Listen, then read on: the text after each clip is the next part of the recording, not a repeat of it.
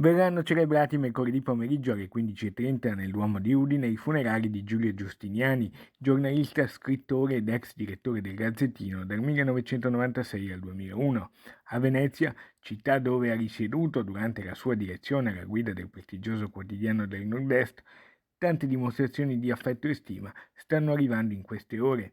Così lo ha ricordato domenica il nostro direttore Luigi Baccialli, che ne raccolse il testimone nel 2001 subentrandogli alla guida del Gazzettino. Io gli ero subentrato nel 2001 alla direzione del Gazzettino quando scelse di passare alla direzione del TG della 7. Ho avuto modo di apprezzarne le grandi capacità, la serietà, lo scrupolo, anche l'educazione con cui trattava i suoi colleghi e tutti coloro che aveva modo di incontrare e di conoscere. Era una persona educata, era una persona gentile, cosa rara nel nostro ambiente. In fondo era un gran signore. Giustiniani, giornalista gentile formatosi al Resto del Carlino e alla Nazione, era stato vice direttore del Corriere della Sera, il direttore del Confronto, come lo descrive l'amico e collega Sergio Frigo. Quando Giulio Giustiniani arrivò al Gazzettino, io ero segretario di redazione.